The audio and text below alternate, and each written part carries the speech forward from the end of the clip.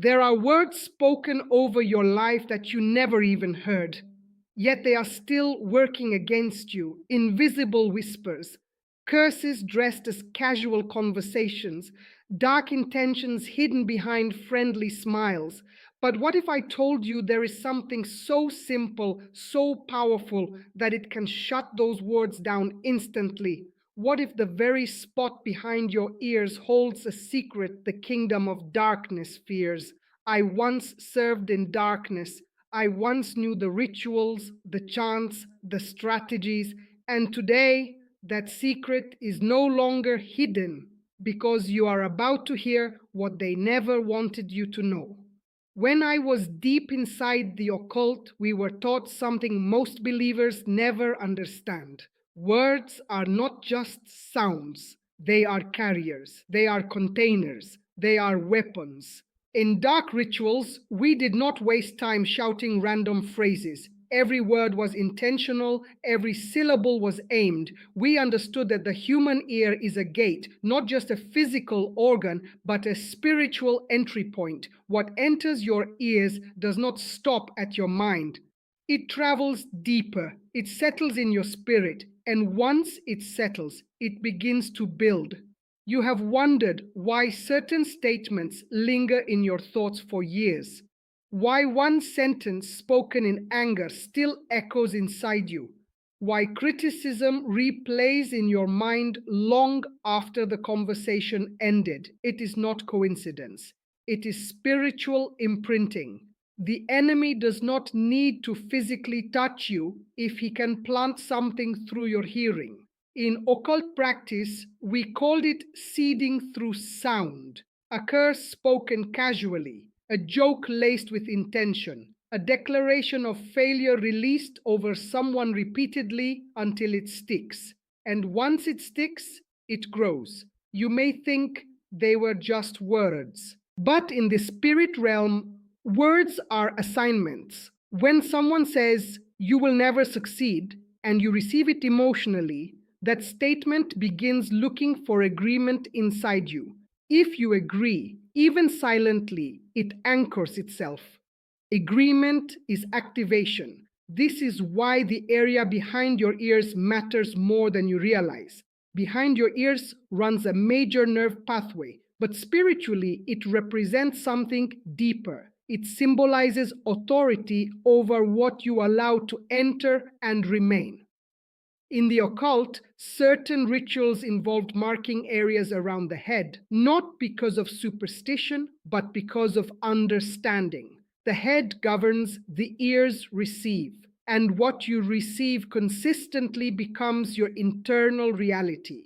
If darkness can control what enters your ears, it can influence what comes out of your mouth, and what comes out of your mouth shapes your future. You have seen it. Someone grows up constantly hearing, "You are worthless." Years later, they sabotage opportunities. They fear success. They shrink back. The words became identity. But here is what the kingdom of darkness does not want you to know. The same way words can be planted, words can be neutralized. The same entry point used for harm can become a point of protection. When I left that world, I began studying spiritual authority from the other side. I discovered something that shook me. Authority is not about volume, it is about position. When you intentionally declare truth over yourself and symbolically seal your hearing with faith, you disrupt previous agreements, you cancel permissions, you revoke access.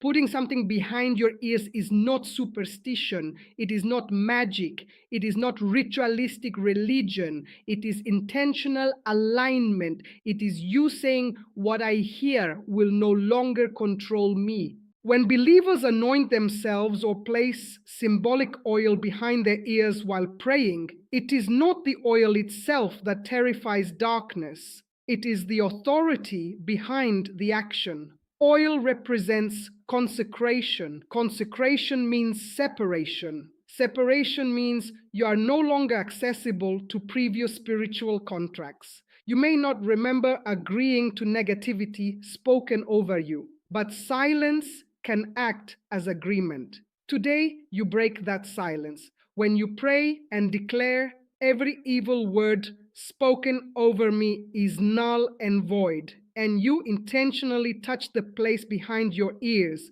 You are making a statement in both realms. You are declaring, "My hearing belongs to truth. My mind belongs to light. My identity is not shaped by curses." And the spirit realm responds to declarations made in authority. I remember a ritual we performed once over a businessman. We spoke failure over his negotiations. We targeted his confidence. We repeated phrases over his name. Within months, he began doubting himself. Deals collapsed. Fear increased. Not because we controlled him, but because the words found internal agreement. Now understand this clearly. Darkness cannot override your will. It can only exploit your agreement. That is why what you hear matters. That is why what you repeat matters. That is why what you believe matters. When you consecrate your hearing, you are cutting off access points. You are saying, "No more seeds." You are saying, "No more silent contracts." You are saying, "No more internalized lies." This is not about paranoia. It is about awareness.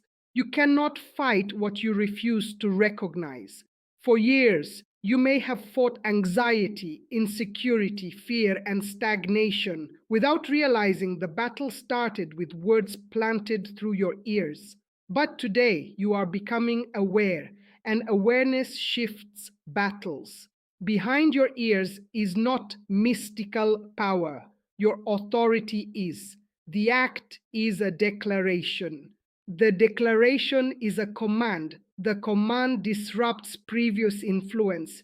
You are not powerless. You were uninformed. Now you know. When you pray and intentionally cover your hearing, you are not performing ritual. You are exercising dominion. And dominion is what darkness fears most. Because once you understand how words operate, you stop being a victim of them. You start governing them. And the moment you govern what enters your spirit, evil words lose their power immediately. In the occult, we never attacked people randomly. There was always a strategy, always a pattern, always a doorway. And one of the easiest doors to open was the door of repeated words, not loud curses, not dramatic rituals, simple repeated statements, because repetition builds reality. If a person hears the same negative statement long enough, it stops sounding like an attack. It begins to sound like truth. And once it feels like truth, it becomes part of their identity. This was one of the darkest secrets we understood. People rarely fall because of one powerful curse. They fall because of thousands of small words that quietly reshape their thinking. "You're not smart enough." "People like you never succeed." "You'll always struggle." "Nothing ever works out for you." Those phrases may seem harmless on the surface, but when spoken with intention or received without resistance, they become spiritual seeds. And seeds grow, not overnight, but over time. I remember a woman who was constantly mocked by her relatives. They would laugh at her dreams. They would say she was too weak, too slow, too emotional to succeed. No rituals were performed against her, no candles, no chants, just words. Within years, she began repeating those same phrases about herself. She stopped applying for opportunities. She rejected promotions. She withdrew from relationships. The words spoken over her became the script she lived by. That is how subtle spiritual warfare operates. It does not always look dark and dramatic. Sometimes it sounds like everyday conversation. Sometimes it comes from people you trust. Sometimes it comes from your own mouth. And once those words enter through your ears, they begin negotiating with your thoughts. They ask silent questions. What if this is true? What if you really are limited? What if success is not for you? If your mind entertains those questions long enough, it begins forming agreements. And agreement is where influence becomes control. But here is the revelation that changed everything for me after I left the occult. Words only have power when they find a place to stay. If there is no agreement, there is no anchor. If there is no anchor, there is no effect. That is why the act of placing something behind your ears while praying is not about tradition. It is about interception. It is about saying, nothing stays here unless it aligns with truth. When you anoint behind your ears, you are symbolically declaring that your hearing is under new authority. You are setting spiritual filters. You are drawing a boundary around your mind. You are telling every word, spoken or unspoken, that it must pass through truth before it enters your identity. In the occult, we avoided people who did this, not because of the oil, not because of the action, but because of what it represented. It meant the person had awareness. It meant they were no longer passive receivers. It meant they were actively governing what they allowed into their spirit. And governed territory is difficult to invade. Ungoverned territory is easy. Think about it. If someone insults you and you immediately reject the statement internally, it has no place to grow. But if someone insults you and you replay it in your mind for weeks, the word begins building roots. That is how influence forms. That is how identity shifts. That is how destiny gets delayed. Behind your ears represents the gateway between what is spoken and what is accepted. It is the checkpoint. It is the border. It is the place where you decide what enters and what gets rejected. When you anoint that place in prayer, you are making a spiritual announcement. No unauthorized words are allowed. No planted fears are allowed. No inherited curses are allowed. Only truth has permission to remain. And once truth becomes the only permitted voice, everything inside you begins to change. Confidence returns. Clarity increases. Decisions become stronger. Fear loses its grip because fear cannot survive where truth is constantly declared. This is why darkness relies on repetition. It knows that if you hear something often enough, you might start believing it. But when you consecrate your hearing, you interrupt that cycle. You break repetition. You cancel agreements. You remove anchors. And once those anchors are gone, the words lose their weight. They become empty sounds. They become powerless echoes. You may still hear negative words, but they no longer stick. They no longer define you. They no longer control your direction because you have established authority at the entry point. And when the entry point is protected, the internal world becomes stable. This is the secret many people overlook. They fight the symptoms, but ignore the doorway. They fight fear, but ignore the words that created it. They fight insecurity, but ignore the voices that planted it. Today, you are learning to guard the doorway. Today, you are learning to intercept the words. Today, you are learning that your hearing is not a passive channel. It is a territory, and territories must be governed. Once you govern what enters your ears, you begin to govern your future. There is something darker than spoken curses. It is whispered agreements. Not every evil word is shouted. Some are murmured in private conversations. Some are spoken in rooms you never entered. Some are released in moments you never witnessed. But do not misunderstand this. Distance does not weaken intention. In the occult, we understood that proximity was not always required. If a name was spoken with focus, if a person's identity was targeted with repetition, the assignment could travel, not because of magic, but because of agreement.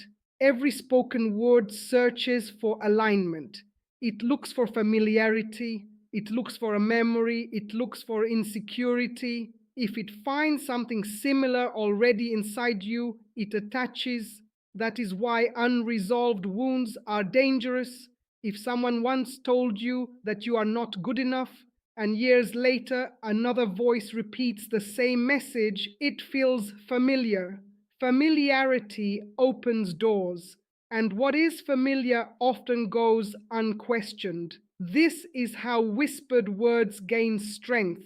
They do not force entry, they resonate with something already present. When I left the occult, I realized something terrifying. Most people are not oppressed because of powerful rituals. They are influenced because of unhealed agreements. Someone told you as a child that you would always struggle. You felt pain. You never rejected the statement. You carried it. Years later, when another person casually says, "Life is hard for people like you," it feels true. Not because it is true, but because it matches an old wound.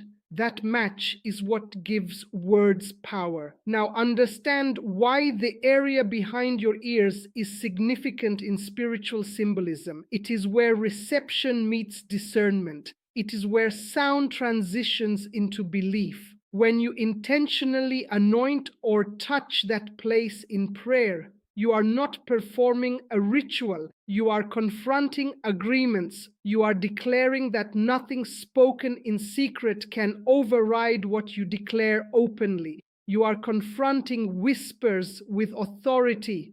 In dark gatherings, I witnessed something revealing. If someone actively declared protection over themselves, if they spoke truth daily, if they consciously rejected negative words, attempts against them weakened, not because they were perfect, but because they were guarded. Guarded minds are difficult to penetrate. Unguarded minds absorb everything. You have experienced this. A negative comment ruins your entire day. A single insult reshapes your confidence. A rumor about you changes how you see yourself. Why? Because words do not just inform, they form, they shape emotional reactions, they alter internal dialogue, they influence decisions. But here is the turning point.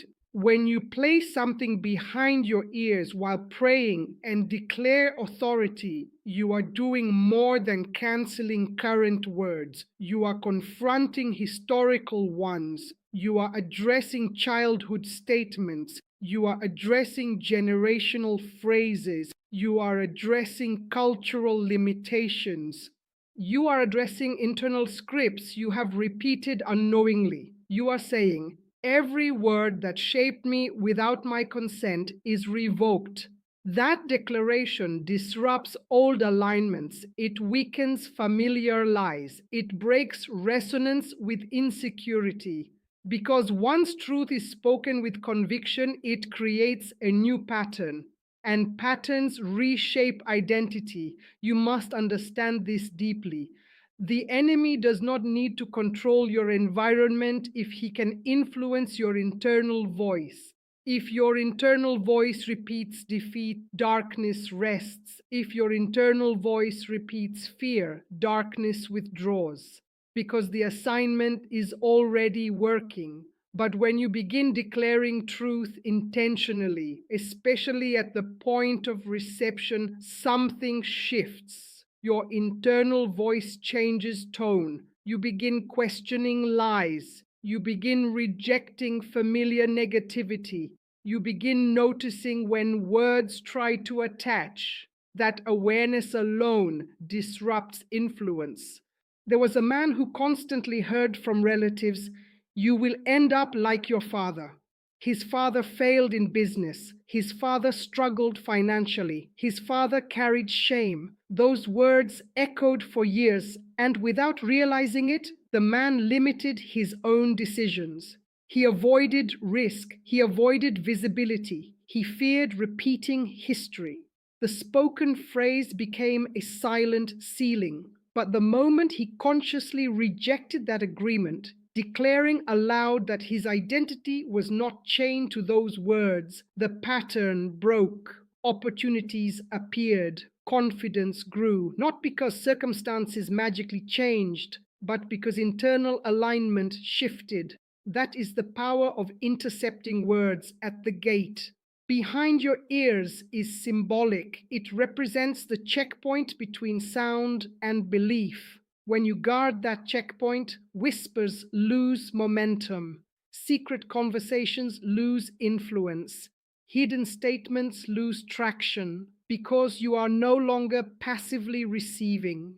You are actively discerning. You are actively filtering. You are actively rejecting. This is not paranoia. This is maturity. It is understanding that not every word deserves residence in your spirit. It is understanding that you have authority over what defines you. And when you exercise that authority deliberately, repeatedly, boldly, evil words begin to collapse under their own emptiness. They cannot survive where agreement is withdrawn. They cannot thrive where truth is declared daily. They cannot shape what is consciously governed. You are not at the mercy of whispers. You are not bound by secret conversations. You are not defined by past statements. Once you intercept the words at the gate, they lose their ability to shape your future.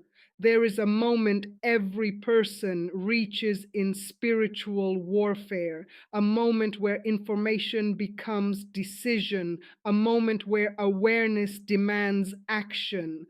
You have now heard how words travel, how they plant themselves, how they grow, and how they shape internal reality.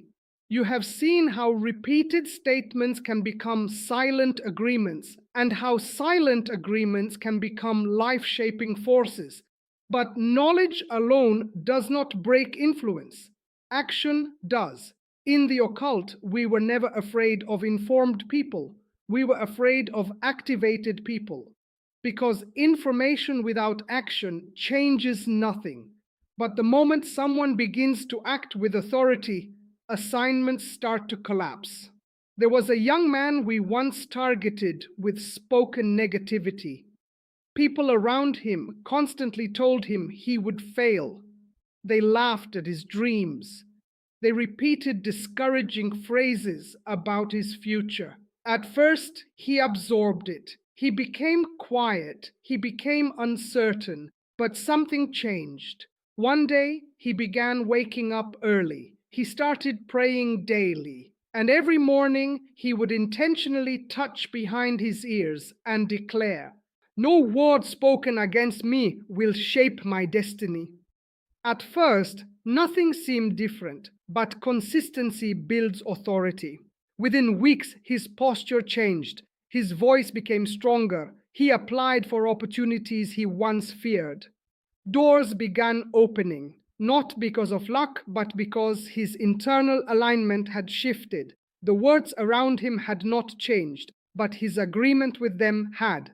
And once agreement is broken, influence weakens. That is the final secret darkness hopes you never discover. Words do not rule you, agreement does. You can hear the same insult 10 times, but if you reject it every time, it never takes root, it never grows, it never shapes you. But if you hear it once and accept it internally, it begins building a structure inside your thoughts. That structure becomes belief. That belief becomes behavior. That behavior becomes destiny. So the battle is not against the words themselves. The battle is at the point of agreement. And behind your ears represents that exact point, the moment where sound is either accepted or rejected. When you place something behind your ears while praying, you are making a conscious declaration. I am choosing what shapes me. You are interrupting old patterns. You are replacing passive listening with intentional authority. You are shifting from victim to governor, and governors change territories. This is not about superstition. It is not about objects. It is not about rituals. It is about awareness combined with authority. You are marking the place of reception and declaring it consecrated. You are telling every spoken word, you must pass through truth before you reach my identity. This single act, when done with conviction, disrupts years of internal agreements. Because every time you repeat the declaration, you are building a new internal script. And repetition of truth destroys repetition of lies. The more you declare protection, the less fear finds space. The more you declare identity, the less insecurity finds roots. The more you declare authority, the less outside voices control your direction. This is why consistency matters. One declaration is a spark. Repeated declarations become a fire, and fire consumes what once controlled you. Imagine waking up every day and consciously rejecting every negative word spoken over your life. Imagine refusing to carry insults from yesterday into today. Imagine deciding that no hidden conversation can shape your identity. That is what happens when you govern the gate. That is what happens when you consecrate your hearing. That is what happens when you intercept words before they become beliefs. Darkness loses access. Assignments lose traction. Curses lose their anchors. And once anchors are gone, influence drifts away. You begin to think differently. You begin to speak differently. You begin to choose differently.